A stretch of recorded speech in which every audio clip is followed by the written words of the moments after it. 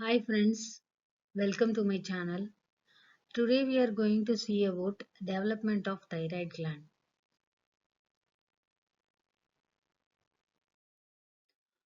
So during the development of thyroid gland, we should know about the development of tongue also. So please refer my previous video, that is the development of tongue.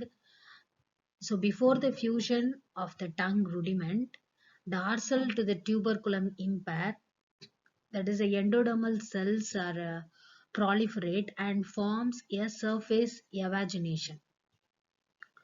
So that is called the median thyroid diverticulum.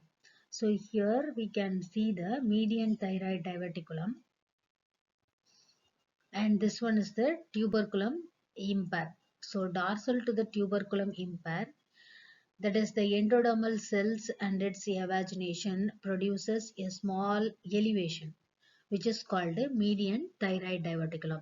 This going to form the thyroglossal duct. So here we can see the median thyroid diverticulum. So this thyroid diverticulum which grows caudalwards in the surface of the tongue, and it is called a thyroglossal duct. So this thyroglossal duct grows caudalwards and lies in front of the hyoid bone. Here it grows caudalwards and comes downwards in front of the hyoid bone, and then it comes forward in front of the laryngeal cartilage. So these are all the laryngeal cartilages. So it grows caudalward in front of the laryngeal cartilage, and finally it rests, that is it finally rests over the proximal part of the trachea. So where what is happen is the thyroglossal duct are divide into a bilobed mass, and this becomes forms the primordium of the isthmus and the lateral lobe of the thyroid gland. So that means when it reaches the proximal part of the trachea, the thyroglossal duct is there, no? So this divides into a bilobed mass, and this forms the that is the primordium of the isthmus and the lateral lobe of the thyroid gland are going to develop in this region. So there is a arrest of the caudal growth of the thyroglossal duct occur in this region itself. So here we can see this thyroid gland and its development.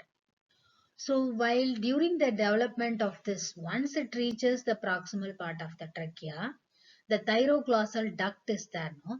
This duct is going to disappear, and it leaves a small opening in the tongue. So here it leaves a, that is in the cephalic part, it leaves a small opening in this region, which is called a foramen cecum.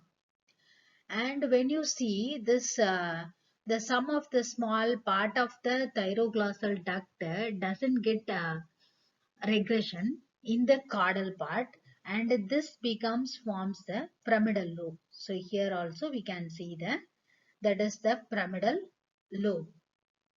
So this is the thing which is seen in the development of the thyroid gland. And another important thing what has happened is, so within the bilobed mass, the thyroglossal duct is there, no? Before regression, the thyroglossal duct is there, no? Which divides into many cellular plates. And these cellular plates and all is there, no? Which is accumulated by colloid materials. Okay. So and this colloid materials are going to form the primary thyroid follicle. This primary thyroid follicle undergo differentiation and forms the secondary thyroid follicle. So from this, from the fourth month of the fetal life itself, the thyroid gland and its function is going to start. So here we can see the fully developed thyroid gland. and the regression of the thyroglossal duct also shown here. So here one thing we should note down what the thing is. The lateral thyroid rudiment, which is derived from the fourth pouch, that is, which is derived from the caudal pharyngeal complex of the fourth pouch. This also fuse with the bilobed mass of the thyroid gland and which produces the arrest of the migration of the thyroglossal gland.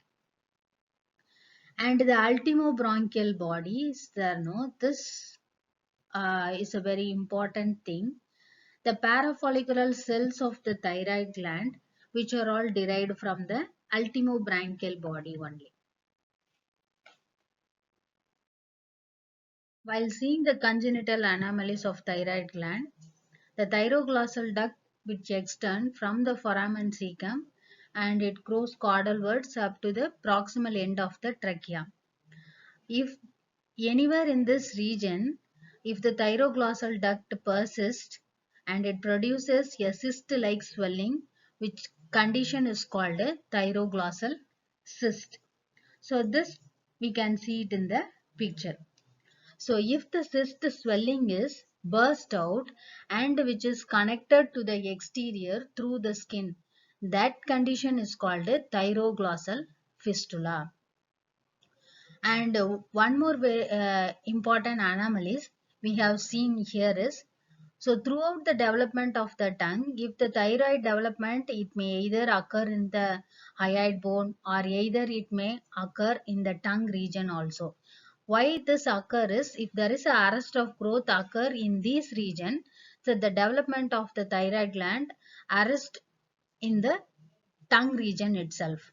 So these are the major congenital anomalies we can see in the development of thyroid gland. So we have seen the development of the thyroid gland and its major important congenital anomalies. I think it will be very useful to understand you about the development of thyroid gland. Thank you for watching this video, friends. If you like this video, please share and subscribe and please click the bell icon.